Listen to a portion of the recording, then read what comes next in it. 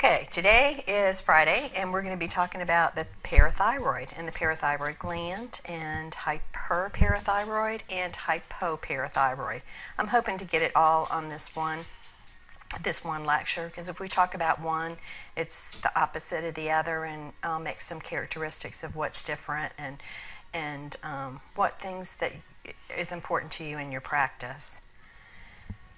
Well, this is just a picture of the thyroid, and as you can see, the little parathyroid glands, just little pea-size glands, and that's on the back of the thyroid.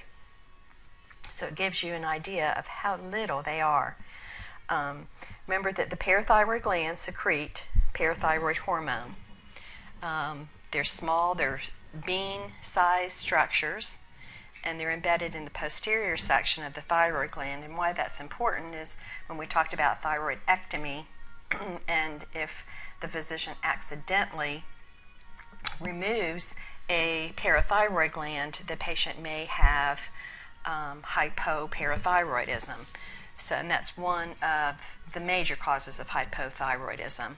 But the functions of the thyroid include the production and storage and the release of parathyroid hormone in response to the serum level of ionized calcium. So the PTH, or parathyroid hormone, increases serum calcium by decreasing the elimination of calcium ions in the urine by the kidneys, increasing the absorption of calcium ions from the gut, and increasing bone that contributes to the calcium ions also into the plasma. So basically, PTH, parathyroid hormone, maintains the correct balance of calcium and phosphorus in the blood, because as we know, if our calcium is up, our phosphorus will be low. The parathyroid hormone is slightly higher in our elderly. There's decreased serum calcium concentration, decreased intake, decreased absorption in the gut. There's some mild vitamin D deficiency, decreased vitamin D intake, decreased sun exposure, and then the phosphate retention is decreased, decreases renal function, and that contributes to osteoporosis and those falls and fractures that our elderly can get. This is a great picture just depicting the parathyroid hormone and what it affects. It affects the bone, it affects the gut, and the kidney. Now, if we go crazy with too much parathyroid and too much calcium, we're going to be looking at heart effects with our patients as well. So, but this is the normal. When the level of calcium in the blood falls too low, the parathyroid glands secrete just enough parathyroid to restore the blood calcium level. If the parathyroids secrete too much hormone, the balance is disrupted, blood calcium rises, and this is what's called hypercalcemia. And it's a signal to us that something could be wrong with the parathyroids. And most often, this disorder is most common among women older than age 50. And primary hyperthyroidism, as when I say primary, I mean the organ itself. Usually 80% of the causes are from a single parathyroid adenoma. Also, parathyroid hyperplasia accounts for about approximately 20% of the cases of hyperparathyroidism. And secondary hyperparathyroidism is usually the result of renal failure. So renal failure patients, we have to look at their calcium levels as well. With too much calcium in the bloodstream, the bone may lose calcium, and too much calcium may be absorbed, from the food that we eat. The levels of calcium may increase in the urine, and if that happens, that can cause kidney stones. Remember, parathyroid hormone lowers phosphorus levels by increasing excretion of phosphorus in the urine. So, we ask why is calcium and why is phosphorus, why are they so important?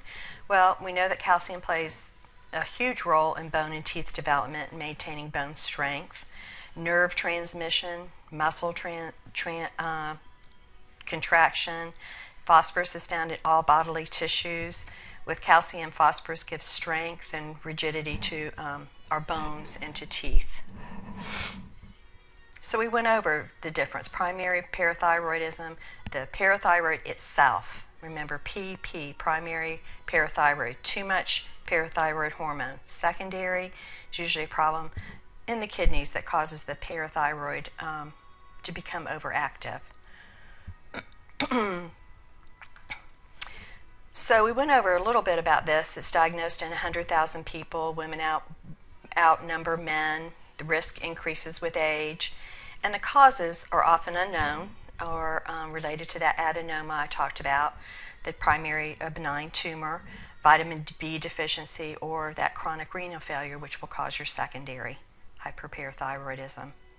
This just has a little picture of some really extreme signs and symptoms that you may see with a patient with hyperparathyroidism. Our clinical manifestations, we have decalcification of bones. So our bones are not as calcified. So we may have skeletal pain, backache, pain on weight bearing, pathological fractures, deformities, formation of any bony cysts, bone tumors, overgrowth of those osteoclasts, formation of calcium-containing renal calculi or stones. We also have depression of our neuromuscular function. So the patient may trip, they may drop objects, show general fatigue, lose memory for recent events, experience emotional instability, have changes in LOC with stupor and coma. They may have cardiac arrhythmias, they may have hypertension, they may have cardiac standstill. So we have to be really, really careful. So one of our interventions, as you know right away, would be we want to do calcium levels, we want to do phosphorus levels, PTH levels. We want to look at alkaline phosphatase levels, serum phosphorus levels. We'll do vitamin D levels. The other one, we'll make sure that we look at our skeletal changes on x-rays. CT usually will disclose the parathyroid tumors, and they're more readily seen than x-rays, and they can also do a scan. Sometimes we'll just diagnose it, we'll maybe first order an ultrasound first and then go from there.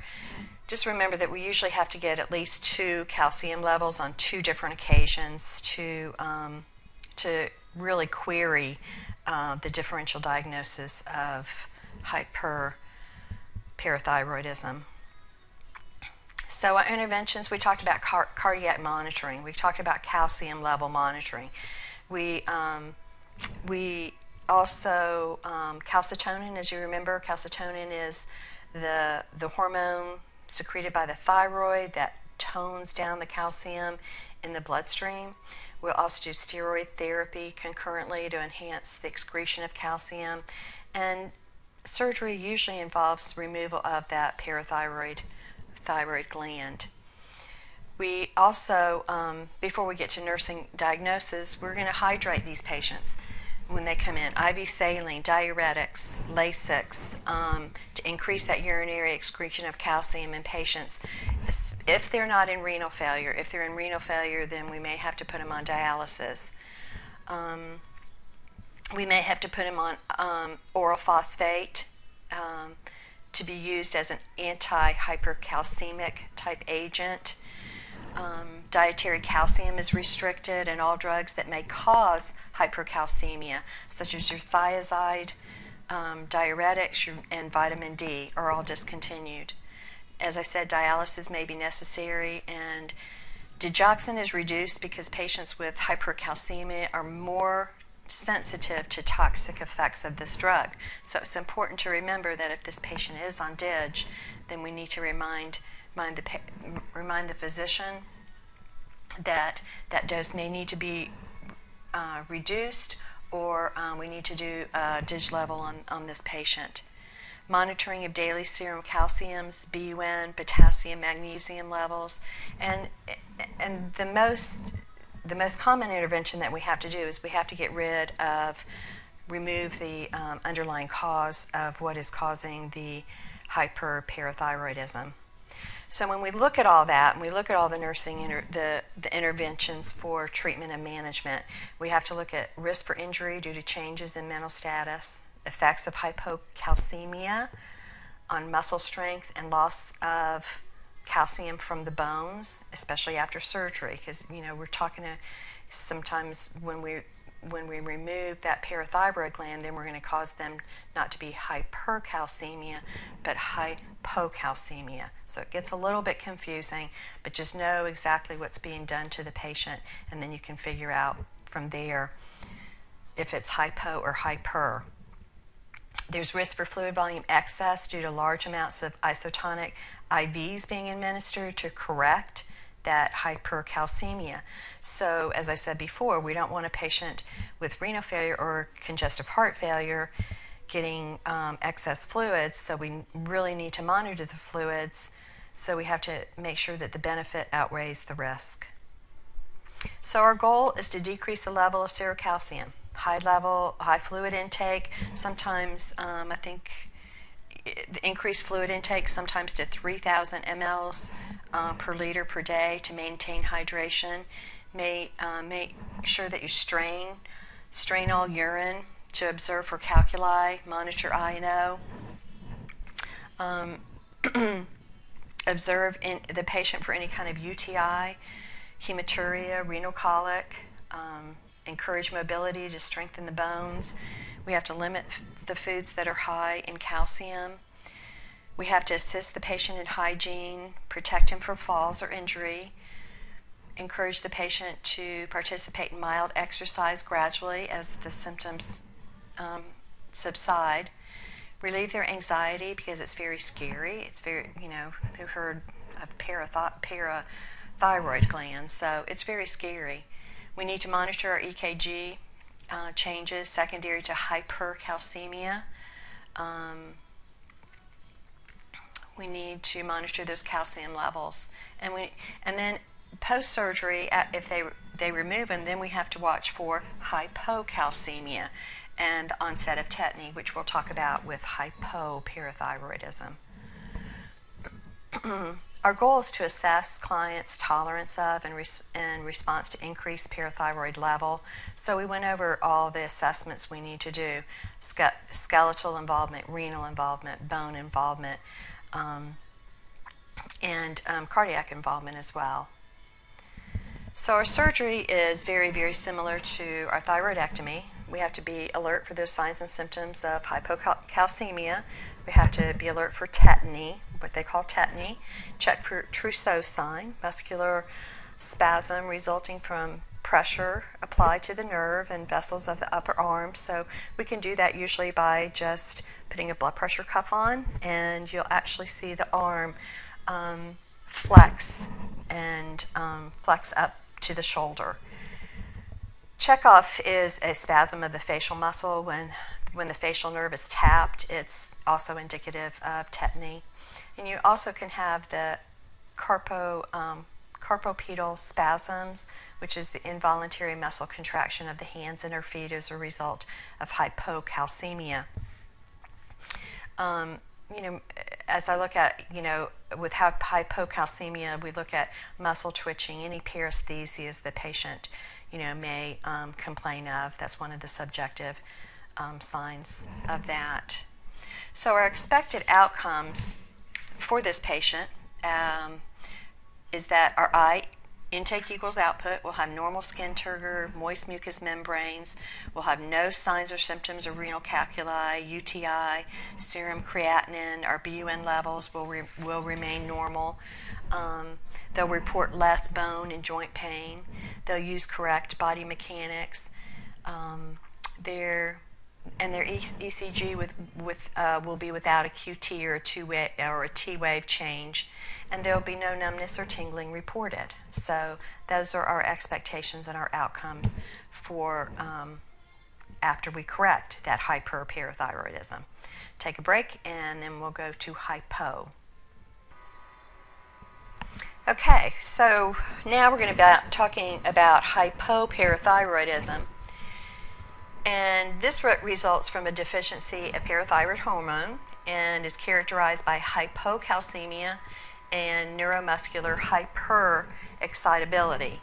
So the most common cause, as I said before in the other lecture, is accidental removal or destruction of the parathyroid tissue or its blood supply during thyroidectomy or a radical neck dissection for any kind of malignancy. There also could be just a decrease in gland function, which is idiopathic. It may be autoimmune or it may be familial in origin. There may be malignancy or metastasis from a cancer to the parathyroid glands, or there may be a resistance to the parathyroid action in the body. But without parathyroid secretion, there's decreased resorption of calcium from the renal tubules, decreased absorption of calcium in the GI tract, and decreased resorption of calcium from the bone. So the blood calcium falls to a low level, and it causes those symptoms of muscular hyperirritability, uncontrolled spasms, and that hypocalcemic tetany that we talked about in the last few slides. In response to decreased serum calcium levels and lack of parathyroid hormone, the serum phosphate level will rise, and phosphate excretion by the kidney will decrease. You have to remember that severe hypocalcemia can result in seizures, and hypomagnesium can also cause hypoparathyroidism. So we have to not only watch our calcium, PTH, our phosphorus, alkaline phos, but we also have to watch our magnesium levels. This next slide is another wonderful little slide depicting the clinical signs and symptoms of hypoparathyroid. There's that general muscle hypertonia. Attempts at voluntary movement results in those tremors or spasmodic type movements, uncoordinated movements. Then the Chekhov sign that we talked about, the spasm of the facial muscle, the Trousseau sign. That's that carpopedal spasm that occur in the arm, and laryngeal spasm. The severe anxiety, apprehension. Renal colic is usually present if patient has a history of calculi or stones, which pre-existing calculi loosen and then they can migrate into the ureter itself. But that's pretty rare that happens. And even hypoparathyroidism is a rare disorder, except when, that's why we always watch after surgery with thyroidectomy. So our interventions is IV calcium, and it can be calcium, there's different kinds, calcium chloride, calcium gluconate, and those are all to be kept at the bedside of this patient after thyroid surgery, and if there's any other reason this patient comes in with hypoparathyroidism. Let's see. Also can give calcitriol for vitamin D deficiency, magnesium, they'll be on protocols for that. Long-term therapy, they'll have to be on vitamin D.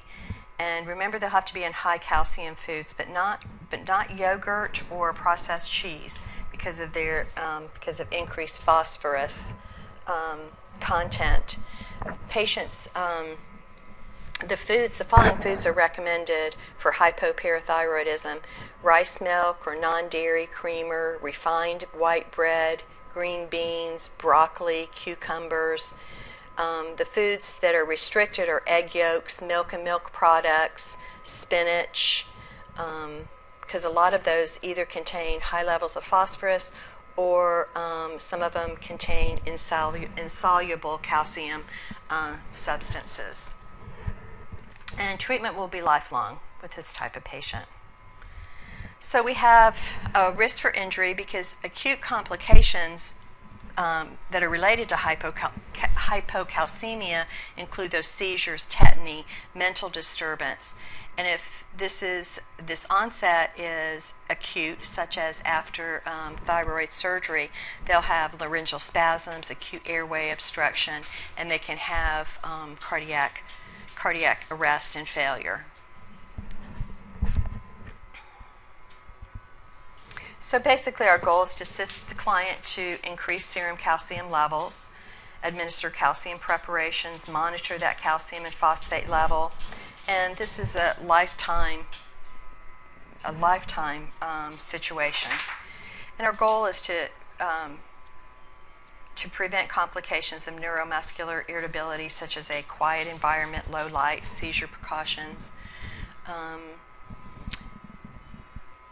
We have to instruct the patient about signs and symptoms of hypo and hypercalcemia. We have to use caution in administering other drugs to the patient with hypocalcemia, because the hypocalcemic patient is very sensitive to digoxin.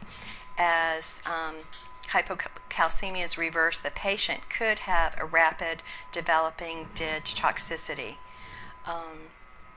Tagamet is another one that can interfere with normal parathyroid function, especially with renal failure, and that increases also the risk of hypocalcemia.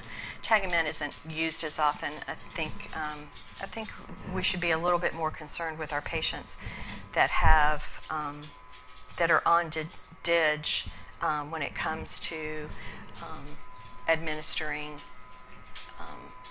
calcium and calcium products.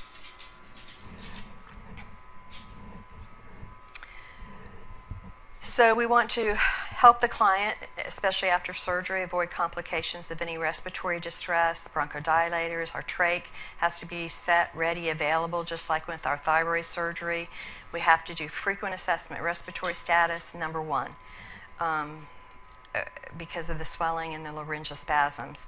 And our goal is to prevent those cardiac complications, assess the client for that risk of history of any cardiac problems, dysrhythmias, and always remember that calcium will potentiate the effects of dig. So monitor those dig levels in those patients, or remind your docs to do that. I think that's pretty much it for hypo and hyperparathyroidism. If you have any questions or concerns, make sure you Q&A me on Blackboard. Good luck on Tuesday, and I wish you all well.